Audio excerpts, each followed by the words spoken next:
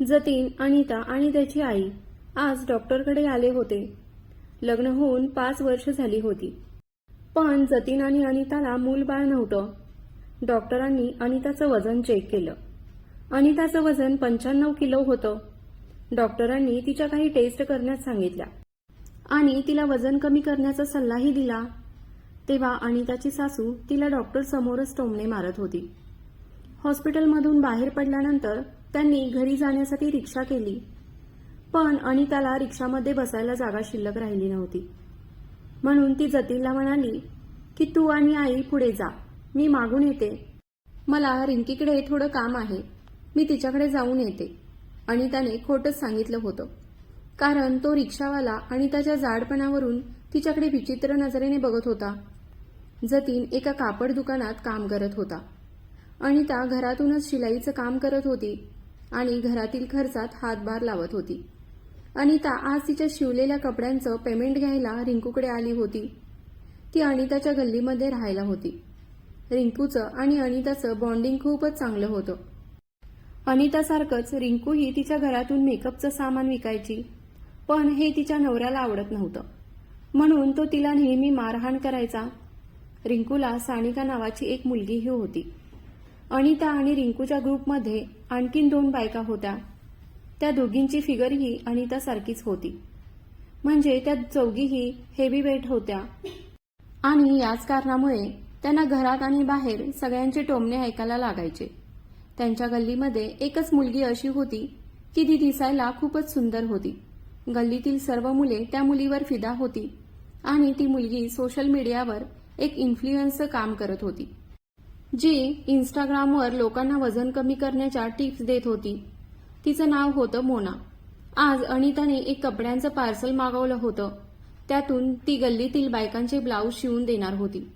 यातून ती इतके पैसे मिळवू शकत नव्हती की तिच्या घरचा खर्च चालू शकेल. त्यामुळे जतीन घरात सगळ्यांना सांगायचा की जे काही असेल ते कमीत कमी खर्चामध्ये चालवायला पाहिजे, कारण त्याला भीती वाटत होती की त्याची नोकरी कधीही जाईल, कारण तो ज्या दुकानात काम करायचा त्या दुकानाचा व्यवसाय खूप कमी होता. हे ऐकून जतीनची आई थोडी काळजीत पडली. घरातल्यांचं ते बोलणं ऐकून जतीनचा लहान भाऊ त्याची पिगी बँक घेऊन आला आणि टेबलवर ठेवली. तो म्हणाला की यातील पैसे घेऊन तुम्ही जितका होऊ शकतो तितका फायदा करून घ्या. लहान भावाचं हे बोलणं ऐकून जतीनच्या डोळ्यात पाणी आलं. घरातील कामावरून जतीन कामावर गेल्यानंतर अनिता रिंकूच्या घरी आली. तिथे तिच्या दोघी मैत्रिणी होत्या. रिंकूने अनिताला एक पुस्तक दिलं. त्यामध्ये ब्लाऊजच्या नवनवीन डिझाईन होत्या. ते पुस्तक बघून अनिता खूपच खुश झाली. रात्री जेव्हा अनिता ते पुस्तक बघत होती तेव्हा जतीन तिला म्हणाला की तुला अशी स्वप्न बघताना मला खूप आनंद होतो. तू या घरासाठी तुझं स्वप्न मागं ठेवलंस. तुला फॅशन डिझायनिंगचा कोर्स करायचा होता, पण तू घरच्या जबाबदाऱ्यांमध्ये अडकलीस. अनिता म्हणाली, मी जे काही केलं ते माझ्या कुटुंबासाठी केलं, कोणावर काही उपकार केले नाहीत. एक दिवस जतीनच्या आईची भेट मोनासोबत झाली आणि जतीनच्या आईने तिला विचारलं की तू तुझं वजन इतकं कमी कसं केलंस. तेव्हा मोनाने तिला दिवसभर फक्त ज्यूसवर राहण्यासाठी सांगितलं आणि जतीनच्या आईने कोणालाही न सांगता तेच करायला सुरुवात केली. पण दुसरीकडे अनिताला वाटत होतं की जाड व्यक्तीही फॅशन करू शकते. तिचं म्हणणं होतं की फॅशन एका विशिष्ट व्यक्तीपर्यंत सीमित नसते. जसं की आपण आपलं घर सजवताना हा विचार करत नाही की घर कसं आहे, त्याचप्रमाणे फॅशन करत असतानाही शरीराच्या जाड किंवा बारीक या गोष्टींबद्दल विचार नाही केला पाहिजे. या सगळ्या गोष्टी ती तिच्या डायरीमध्ये लिहून ठेवत होती. एक दिवस ती डायरी जतीनच्या लहान भावाच्या हाती लागली आणि त्याने ती पूर्ण डायरी इंग्लिशमध्ये ट्रान्सलेट केली. आणि त्याच्या भावाने एक सोशल अकाउंट काढून त्यावर ती पोस्ट केली आणि अनिताची ती पोस्ट रातोरात व्हायरल झाली आणि तिच्या त्या आर्टिकलमुळे तिचे खूप सारे फॉलोअर्स बनले होते. हे सगळं बघून अनिता खूपच खुश झाली होती. तिच्या सोशल मीडिया अकाउंटवर कमेंट्समध्ये खूप साऱ्या लोकांनी अनिताचा फोटो पोस्ट करण्याची मागणी केली होती. अनिता या गोष्टीला तयार झाली होती, पण तिने एक अट ठेवली होती की पोस्टमध्ये ती तिचा चेहरा दाखवणार नाही. पण पहिल्या पोस्टसाठी अनिताला एक चांगला ड्रेस घालायचा होता, ज्यामुळे ती सिद्ध करू शकेल की तिला नेमकं काय सांगायचं आहे ते. दुसरीकडे जतीन त्याच्या मित्रासोबत चहा पित असताना बोलत होता की दुकान चालत नसल्यामुळे कसं मालक सर्वांना कामावरून कमी करत आहे.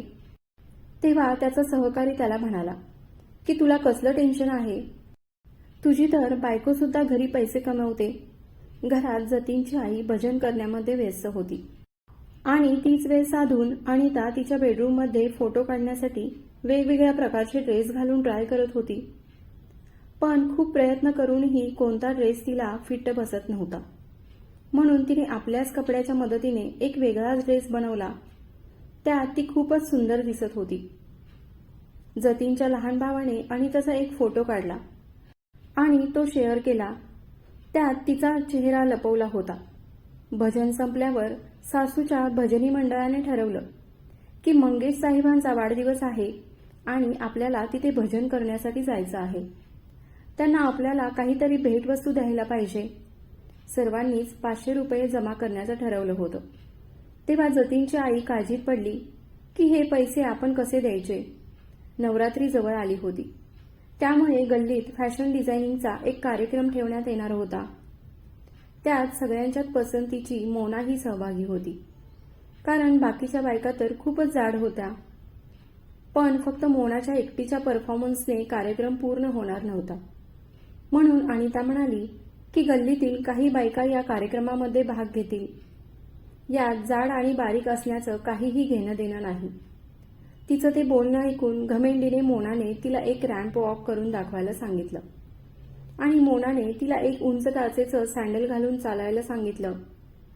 आता अनिताला याची सवय नसल्यामुळे चालत असताना त्या सँडलची हील तुटली आणि अनिता खाली पडली आणि तिच्या पायाला लागलं. संध्याकाळी ती जतीनच्या भावाला घेऊन तिचा पाय दाखवायला डॉक्टरांकडे आली होती.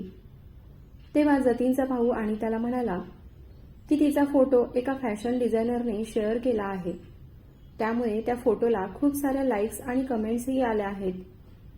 तेव्हा अनिताने निर्णय घेतला की आता घरी गेल्यानंतर जतीनला मी हे सर्व काही सांगेन.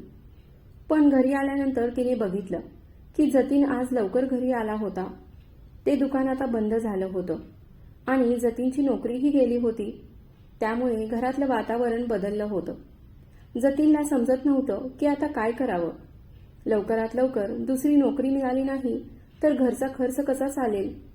अनिता रिंकूच्या घरी थांबली होती, कारण तिच्या मुलीची तब्येत खूपच बिघडली होती. रिंकूचा नवरा सुद्धा कामासाठी बाहेरगावी गेला होता, म्हणून अनिता आज तिथेच थांबली होती. सकाळी जेव्हा तिला जाग आली तेव्हा तिने बघितलं की रिंकूचा नवरा रिंकूला आणि तिच्या मुलीला मारत होता. अनिताने त्यांचा व्हिडिओ रेकॉर्ड केला आणि रिंकूच्या नवऱ्याला धमकावलं की परत जर तू रिंकूला मारहाण केलीस तर हा व्हिडिओ मी पोलिसांना दाखवीन.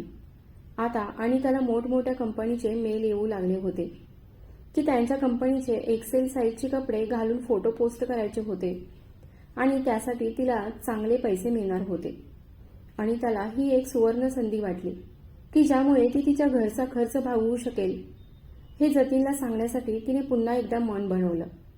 पण जतीनचं तिच्यासोबत भांडण झालं होतं, कारण जतीनचा जॉब नव्हता. त्यामुळे अनिता रोज सकाळी त्याच्या वॉलेटमध्ये काहीतरी पैसे ठेवायची, जेणेकरून जतीनला वाईट वाटायला नको आणि जतीनच्या वाईट वेळेत ती त्याची साथ देत होती.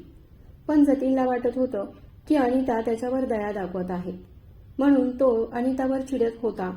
या सर्व टेन्शनमुळे अनिता कंपनीचा मेल आणि फॅशनला विसरूनच गेली होती आणि तिच्यात आणि जतीनमध्ये याबद्दल काही बोलणंही झालं नाही. भजनी मंडळ 500 रुपये जमा करत होतं. तेव्हा शर्मेने जतीनची आई काही बोलू शकली नाही. जतीनची नोकरी जाण्याबद्दल सर्वांनाच माहीत होतं, त्यामुळे त्यांनीही तिच्याकडून पैसे घेतले नाहीत. पण त्या बदल्यात जतीनच्या आईला एक काम दिलं. त्यांनी जमा केलेल्या पैशातून ते मंगेश साहेबांना एक सिल्कचा सदरा शिवून देणार होते. तेव्हा सर्वजण त्यांना म्हणाले की हा सदरा तुम्ही तुमच्या सुनेकडून शिवून घ्या. अनिताने सदरा शिवून दिला. अनिताने शिवलेला तो सदरा मंगेशजींनी घातला होता. तो त्यांना खूपच आवडला होता आणि मंगेशजींनी जतीनच्या आईला अजून सदरे शिवून देण्याची ऑर्डर दिली. मंगेशजींनी एका कापड दुकानात जतीनसाठी कामाचंही बोलणं केलं होतं. त्यासाठी त्याला दुसऱ्या शहरात जायचं होतं. दुसऱ्या शहरात जाण्यासाठी अनिता जतीनला सोडायला बस स्टँडपर्यंत आली होती. पण अजूनही त्या दोघांमध्ये काहीच बोलणं झालं नव्हतं. त्यामुळे परतत असताना अनिता खूपच रडत होती. जतीनची बस काही कारणामुळे बंद पडली होती. तेव्हा त्याची भेट मोनाशी झाली. मोनाही त्याच बसमधून मॉडेलिंगसाठी शहरात जात होती. इकडे मोनाच्या सांगण्यावरून जतीनच्या आईने फक्त ज्यूसचं डाएट सुरू ठेवलं होतं. त्यामुळे त्यांची तब्येत खूपच बिघडली होती. ही गोष्ट अनिताला आत्ताच समजली होती. डॉक्टरांनी सांगितलं होतं की त्यांच्यासाठी एक नर्स ठेवली पाहिजे, कारण त्यांची तब्येत कधीही बिघडू शकते. पैशांची तर खूपच अडचण होती. त्यामुळे अनिताने शेवटी आपला चेहरा न दाखवता त्या कपड्यांचं प्रमोशन करायचं ठरवलं आणि यातून तिची चांगली इन्कमही होऊ लागली. त्यातून तिने सासूसाठी एक नर्सही ठेवली आणि जतीनच्या भावाची स्कूल फी सुद्धा भरली. तिने जतीनच्या भावाला सांगितलं होतं की आईच्या तब्येतीबद्दल जतीनला काही सांगायचं नाही, नाहीतर ते काम सोडून परत येतील. इकडे जतीन ज्या ठिकाणी जॉब करायचा त्या कंपनीने त्यांचे कपडे प्रमोट करण्यासाठी एक फॅशन शो ऑर्गनाईज केला होता, ज्यात त्यांनी मोठमोठ्या मॉडेल्सना बोलावलं होतं आणि त्यात अनितालाही यासाठी इन्व्हिटेशन आलं होतं, कारण तिचा चेहरा अजून कोणीही बघितला नव्हता. जतीनही ओळखू शकला नव्हता की चेहरा लपवलेली मॉडेल अनिताच आहे. अनिताला जेव्हा मेल आला तेव्हा तीही तिचा चेहरा झाकून रॅम्प वॉक करण्यास तयार झाली होती, कारण यासाठी तिला खूप चांगले पैसे मिळणार होते. आणि हे सगळं तिने तिच्या मैत्रिणींना आणि सासूलाही सांगितलं होतं. तिला यासाठी शहरात जायचं होतं. तिथे जाऊन तिने जतीनला सरप्राईज द्यायचं ठरवलं, कारण तिला वाटत होतं की तिचा नवरा इतर नवऱ्यांसारखा नाही, की तो तिच्या यशावर जळेल. आता तर अनिताच्या सासूनेही तिचं यश बघून तिला मिठी मारली होती. दुसऱ्या दिवशीच अनिता तिच्या मैत्रिणींसोबत शहराच्या बसमध्ये जायला चढली. फॅशन शोच्या दिवशी जतीनला माहीत होतं की त्यामध्ये मोनाही पार्टिसिपेट करत आहे. तेव्हा तिथे अनिताही पोहोचली. सोशल मीडियाच्या पोस्टमध्ये स्पेलिंग मिस्टेक बघून जतीनला माहीत झालं होतं की हे त्याच्या लहान भावाचंच काम आहे. पण मी तुझ्यासाठी खूप खुश आहे. आणि हे जतीनचं बोलणं ऐकून अनिताच्या डोळ्यात पाणी आलं. त्यांचं बोलणं सुरूच होतं. तेव्हा तिथे मोना आली आणि तिने अनितासोबत तमाशा सुरू केला आणि अनिताला बाहेर काढण्याची मागणीही केली. तिने हेही सांगितलं की अनिता जतीनची बायको आहे. तेव्हा मॅनेजर म्हणाला, ठीक आहे, आजच्या कार्यक्रमात अनिता सहभागी होणार नाही, कारण एक मॉडेल शो स्टॉपर होणार होती. त्यांची तब्येत अचानकच बिघडल्यामुळे त्या या शोचा भाग होणार नाहीत आणि कंपनीने हा निर्णय घेतला की शोचा स्टॉपर चान्स अनिताला देण्यात येणार आहे. कारण या कारणामुळे एक्सेल आणि डबल एक्सेल कपड्यांचे कस्टमर वाढणार होते. हे ऐकून जतीन खूपच खुश झाला. तेव्हा तो मोनाला म्हणाला, फॅशनचं जाड की स्लिम याच्याशी काही घेणं देणं नसतं. हे काम प्रत्येक वयाचा आणि प्रत्येक शरीराचा व्यक्ती करू शकतो. तेव्हा मोना म्हणाली, रॅम्प वॉकवर चालण्यासाठी आत्मविश्वासाची गरज असते आणि जी बाई आपला चेहरा दाखवायला घाबरते ती बाई रॅम्प वॉकवर आत्मविश्वास कसा दाखवणार. ही गोष्ट कुठे ना कुठे खरी होती. कारण जेव्हा अनिताची वेळ आली तेव्हा अगोदर तर ती थोडी घाबरत चालत होती. चालत असताना तिला मोनाचं बोलणं आठवत होतं आणि ह्याही गोष्टी आठवत होत्या की कसे लोक तिला जाड असल्यामुळे टोमणे मारत होते. या सगळ्या गोष्टीचा विचार करत ती तिच्या चेहऱ्याचा मास्क काढते आणि पूर्ण आत्मविश्वासाने रॅम्पवर चालून दाखवते. हे बघून सर्वजण तिच्यासाठी टाळ्या वाजवतात. जतीन, रिंकू आणि तिच्या मैत्रिणी सर्व खुश होतात. शेवटी अनिताने हे सिद्ध केलं होतं की जाड होणं कोणता अपराध नाही किंवा लाजिरवाणी गोष्टही नाही.